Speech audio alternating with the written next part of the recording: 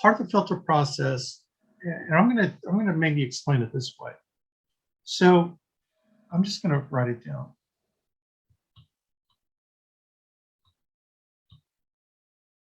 The first step in Sandler's bond rapport.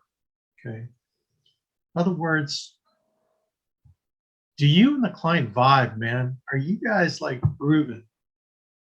I use dating analogies all the time because the dating analogy is like really, really apropos.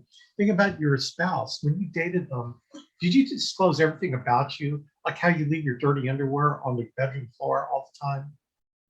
Or you squeeze the toothpaste from the middle of the tube instead of the end? Like, do you disclose that in your first date? No, don't, man. You want to put your best foot forward, right?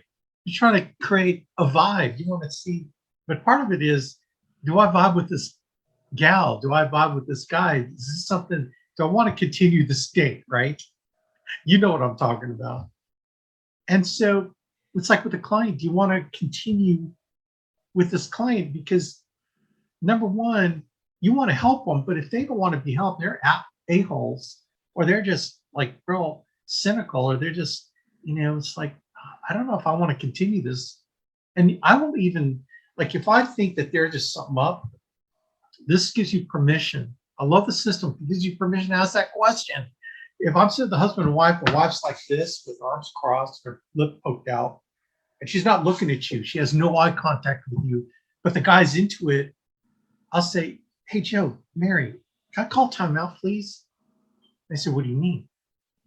Well, Mary, I'm getting the feeling like you really don't want me to be here. And was it something I said or did? So, okay, so there's a psychology with what I said. Mary, I'm getting the feeling. I'm not confrontational. When you make that comment, it's not a confrontational comment. Otherwise, because the confrontational comment is, Mary, I get the feeling like you don't like me. That's confrontational. But no one can argue that you feel the way you do. It's like, Mary, I'm getting the feeling like I must have said something to make you mad at me. Did I? And I look at her. I tell you what, man, Dick gets her to either open up or, you know what I'm saying? But this system allows you to do that, because if nothing's vibing, I'm getting the heck out of it. Sorry. I'm getting the heck out of there, man. I don't want to waste more time with them. Not because I'm just a money grubbing commission guy. It's like, I can't help them if they don't want to be helped. If they're being, but most of the time when that happens, when I call her out or him, because it happens either way, they'll say, well, it's not you, Alex. I just didn't know you were coming. I didn't know you were going to be here. I had some other things planned to do. And I go, oh man, I'm sorry. I must not have asked Joe to tell you that I was coming. I usually say that when I book the appointment. Joe, I'm sorry. I should have recommended you tell Mary here that I was going to be coming out. So I fall on my sword. Okay. I'm falling on my sword. Can you guys hear me? Because Fernando's having trouble hearing. Yeah, you're good. Okay. Yeah, I hear you. Okay. So I'm recording this, Fernando. So if you can't hear me, I'm recording it. Anyway, so I'll call it out. And then it's like, yeah, I know. I do that to my wife all the time, Mary. So, so I try to endear myself to her. It's like, and I'll tell her, like, this is not going to take too long. I'm not here, plan on being here.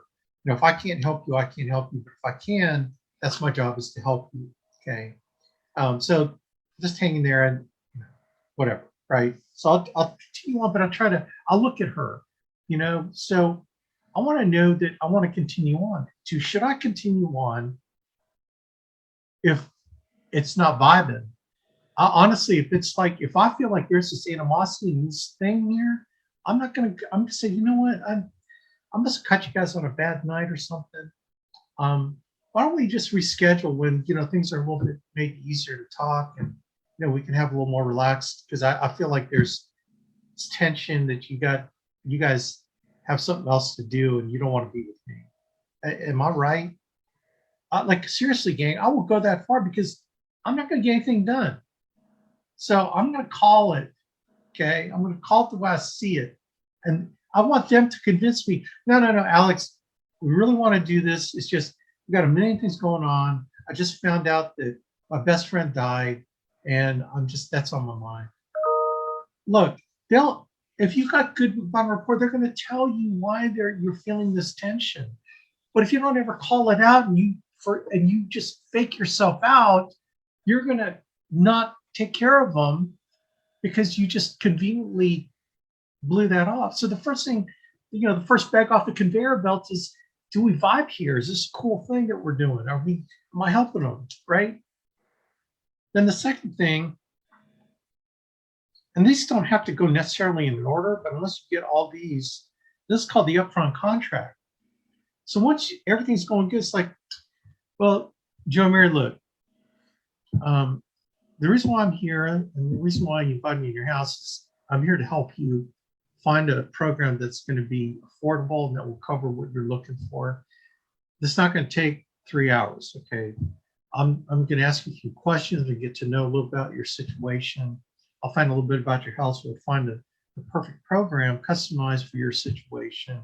But look, you're totally in control. I'm looking over here at like these people here that are not here. So that's why I'm not looking at you. So I'll look at you. So if nothing works for you, then I'm gone. Okay. I just want you to know you're in control to keep this going or not. Okay. Now that's the contract. The contract is they're in control. I put control in their hands because I want them to know I'm not a sleazy salesperson. I just want them to know they're in control. This is what's going to happen. But if you call it and say, hey, it's not going to work for us, God bless you. That's cool. I just want to help you. But you're totally in control of the process. If you want to leave, that's great. I'll leave. Upfront contract. So if they're allowing you to continue, you have permission to continue but you put them in control, perceived control. Guess who's in control? I'm in control because I'm asking questions. And they give me permission to be in control because they believe they're in control, but by allowing me to continue to talk. See how beautiful this is? So once they buy off on the fact that they're in, so does that make sense, Joe and Mary? You're totally, you're running the show. Yeah, that makes sense. Bam, you're to the next compartment in the subroom. So the next one is pain finding. In other words, do I still need to continue? Is there something here that I can help them with? Or am I wasting my time because there's no pain? Man, if there's no pain, then they're going to have no gain, right? If they don't have a pain they're trying to solve, then why solve anything? Because you can't sell them something they don't need. We're not there to sell them something they don't need, right? So pain, do they got pain? So we start asking questions. So take me back to when you fill this out. What were you looking for? Why were you looking for it? What did you want this policy to do for you? I've got an hour-long video, several of them, that talks about pain finding questions. But you want to make sure that you're there for a reason. If they don't have pain, I'm leaving. Again, it's another point of departure from the filter. If they don't have pain, I'm not going to continue. Okay. And I will. So what does that sound like? It sounds like this. When I stop it, it's like, golly, it just seems like this doesn't sound like you guys really need this.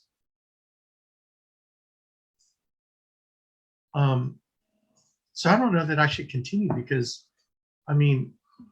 when you die, Joe, it sounds like Mary's going to be all taken care of.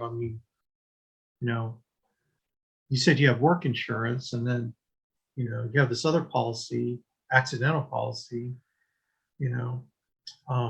sound like you don't really need this. Let me ask you though, when you get laid off from your job, you still have that work policy. Does that continue after you get laid off or you stop working for the company? Oh, it doesn't? How about when you retire? Will you be able to keep anything in place? I'm looking over here at this fake person. No. Oh, okay. Huh. See, when you're willing to go all the way, when you're willing to leave, then that totally empowers you to stay. Does that make sense? Because you don't have anything yet. So how do you lose anything you don't have? Right? They haven't bought anything.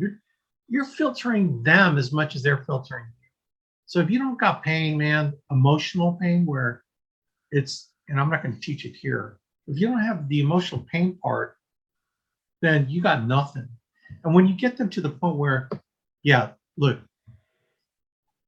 when I'm gone, Alex, my wife and my children won't be able to stay in the house.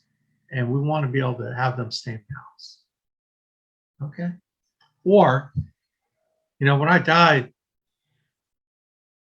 we only have a $5,000 policy, and that's not going to be enough.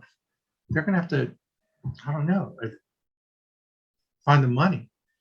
I don't want my wife to have to do that. Okay, great. So that means enough to you for us to continue. Yeah. Okay. I mean, that's hardcore. Moving on. So once you know that there's pain there, then number 4, this is where you got to assure them that you're going to fit it in their budget. So it's the budget step is a few sentences relative to, now look, my job is to get you covered.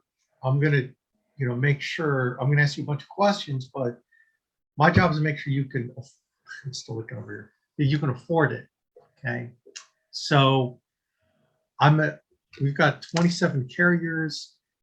We have a variety of different rates. My job is to make sure you can afford it because I'm not here, to jack up the price to something you can't afford. Look, when you choose this, you have to be able to afford it next week, next month, next year, 30 years from now, right, Joe? Yeah. So my job is to fit in your budget. So if it's too much, man, just let me know. I'm going to find ways to bring it down where it can get you the coverage you're looking for, protection at the price that you can afford it. Okay. So I just want to make sure, like, do you have a budget in mind? Do you have a number in mind that you need to be in for taking care of your family? I might even go that far. Sometimes I will, sometimes I won't. But, if I did the pain properly, that budget went up. Okay. So once they know, and that's all it takes. And number 5, we need to figure out what the decision process is. Okay. And my version of the decision process is to get them to tell me they're not going to think about it. Okay. So the decision process is, okay, so Joe, in order to find the best program for you, I just want you to know this is not a decision night tonight. Okay. The only decision we're going to make here, the only decision you're going to make is what price can you afford and what kind of coverage, because you're a great couple. I'd love to approve it, but we don't even know if this is approved. Okay. The only way that we know that you can make a final decision is if the insurance company approves you based on your health, based on your medications, based on your conditions, based on your age, based on how much insurance you're looking forward to, based on a lot of things. Okay. So tonight is not think about it night. The only way you can think about this is after you know that this is approved. Okay. So tonight, this is a process of figuring out what you can afford, how much coverage you need. And then we're going to fill out an application or request for coverage form. And that's going to go to the insurance company. And then the insurance company is going to think about you. Okay. They're going to think about you to determine whether or not you can get this coverage you're looking for at the price that you can afford. Now, I get people declined. Okay. I get people accepted. Okay. Now, should they accept you, then what they're going to do is they're going to actually put the policy together. They're going to mail it to you. And then once I know that you've received it, I'm going to come back over here. We're going to go over it and make sure it's everything you want. At that point, then, is for you to think about it. Think about if you want to increase the coverage or you can decrease the coverage and bring the premium down. You can make whatever changes you want, but at least we know that we have it approved. Does that make sense, Joe and Mary? So tonight's not a think about it night tonight. Okay. So it's okay for you not to tell me you want to think about it because you know that there's nothing to think about. I shut the heck up and I get them to tell me yes or no. And this is where all the objections come out. I want the objections. I want to know what's holding them back, right? And and if I did the bond report good, I did the upfront contract good, I did paying good, I did budget good, then the decision process, this will tell me whether I need to move forward. If they're not going to move forward here, I'll say, you know what? I help families that are really ready now. It doesn't sound like you're ready to really make a decision on taking care of your family. So here's my card. I'll check back with you in a couple days, but I got to run. Is that cool? And then they're going to say something like, well, I don't get it. Aren't you going to cover the prices with us? It's like, look, even if this costs $1 a month, you're not, I don't feel, I get the feeling you're not ready to really make a commitment to submit an application to determine if you even qualify for it. So I'm not going to waste any more of your time or my time.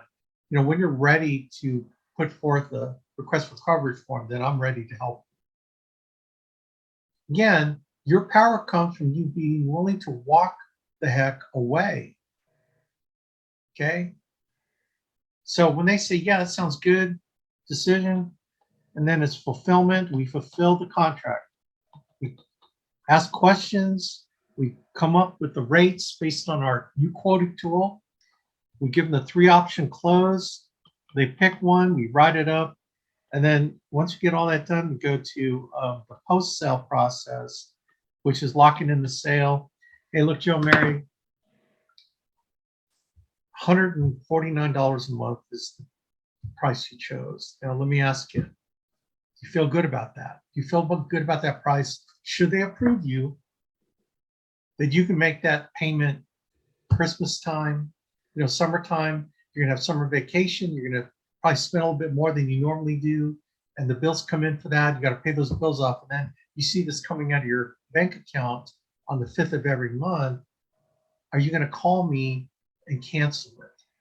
Or Christmas time is coming. January, all the bills come in. In January, you're going to see this 149 coming out. Are you going to call me to cancel? I shut up.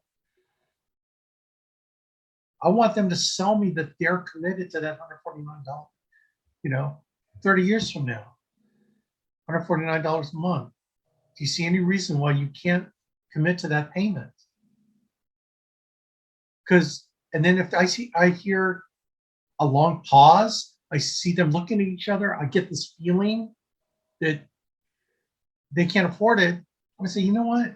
Remember option 2 that was like $79 a month, where we covered just half the mortgage, where you can refinance the house and put half down, and then the mortgage payment cuts down in half. $79 might be better. Why don't we change the application to the $79 option? Are you guys good with that? Because we can change it. I can go back to the electronic application. I just change it, and then we re-sign everything. And we can, because I think, look, they're going to either sell you on, Alex, like, we can do 149, or they'll say, yeah, $79 would be so much better for us. See, you have to be sensitive enough from the bond and rapport part from step 1 that they're committed to $149 a month. Does that make sense? Otherwise, you're leaving because, does that make sense? So what you did was all 7 bags you took off the conveyor belt, because you got on rapport with them, everything, you got the good juju, so they trust you, right? They believe you and trust you. You got the upfront contract and paying process, and you find out that they really need it, right? They really need this, right? Then you got the budget and decision process, and that establishes that they want it. They really want it, because needing and wanting it are 2 different things. After they've agreed to the decision process, and that they know you're committed to getting them something affordable, and then can they afford it is fulfillment and post-sale. So you got to have those 5 things in place, right? Trust, and believe, need, want, afford, and then will they keep it? The post sell is will they keep it? Okay. So trust, need, want, afford, and keep. Those are really from the 7 bags you took off the bear. You accomplish those 5 things in how the client feels about what you just did for them, right? And any point in the process, you're ejecting the client because they don't deserve to be your client, right? Does that make sense? Anyone have any questions?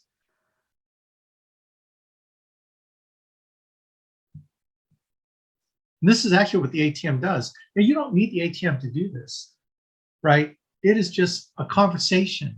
This is a conversation. You don't need an ATM flip chart to do this. It's just shooting the bull with somebody, probably what Robert did. Yeah, just shooting the bull. So, hey man, how's it going? Wow, what a beautiful home you got here. You like NASCAR? I see. You got that velvet painting of what's his name, Dale Earnhardt. I mean, it's not cheesy stuff. So you have kids, huh? What are their names? Oh yeah, great, awesome. Hey, listen, I just want you to know one thing right here. Look, I'm here to help. I'm here to get you covered, and you're in control. You're the ones calling the shots. So if you don't think this is working for you, then you can tell me to leave, and I'll leave. Okay, so I just want you to know, but my job is to help you out. Okay, is that cool? Take me back to when you filled this form out. What were you looking for? Yeah, okay, yeah. Tell me more about that. Oh, really? Okay. So you really sounds like this is something that can really help you. Okay, great. Now look, my job is to get this to fit in your budget. And, I'm going to ask you some questions. I'm going to, really find a program that fits you. We've got 27 different carriers, and I'm really good at finding a program that'll fit your budget. Okay, so I just want you to, and if I can't, I can't. Okay, so I'll tell you that too, right? But you need to tell me if it's too expensive or you can afford more coverage. Like, don't be shy. Just let me know, and I'll be able to adjust there. You guys good with that? Awesome. Now, here's kind of how this process will work tonight. Tonight's not to think about it tonight. Don't want you to think that you're making any final decisions, because there are no final decisions until we know that the company's going to approve you. Okay, does that make sense? So I'm going to ask you some health questions. We're going to come up with 3 different premium options. You pick one, then we're going to put in a request for coverage form electronically. You're going to sign it, and we're going to put your bank account information on it so the company knows you're serious. Okay, but they're not going to do anything until you decide to keep this, and this is how you want it. So tonight's not thinking about it tonight. Is that cool with you guys? That we're going to find a program that'll fit your budget, your needs. We're going to try to see if you qualify for it. And then once they approve it, should they approve it, because they could decline it too. If they decline it, I'll come back and I'll show you another program. But if they approve it, they're going to assemble the policy. They're going to send it to you. And then when I find out you have it, I'm going to come over. We're going to make sure you've got everything in there you want. At that point, you can think about raising the coverage, lowering the coverage, whatever you want to do. But now at least we know that you have a cover. You guys good with that? All right, awesome. Okay, let me take a couple minutes. I'm going to ask you some health questions, blah, blah, blah. Okay, here are the 3 options. Here's the option for but, blah, blah. Which one will work for you and Mary? Oh, option 2? Okay, awesome. So give me a minute. I'm going to get online and we're going to write this up. Boom. Right. Okay. Now, look, $149 a month. Is this something that you think you could afford next month, next year, 30 years from now? Okay. Yeah, absolutely. Okay, cool. Good. I'm going to call you back in a couple days. You're going to have questions. So I'm going to call you back in a couple days and make sure I answer your questions you might have. So here's my card.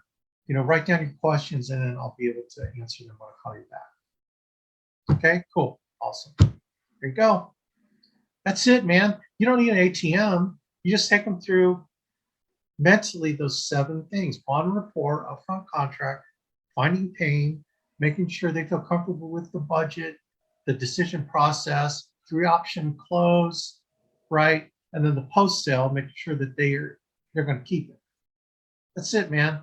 You don't need an ATM to do it. Just talk them through it, man. You can use your ATM to kind of point to things, but that's it. Is it? Anyone have any questions on that? Hey, Alex. Yeah.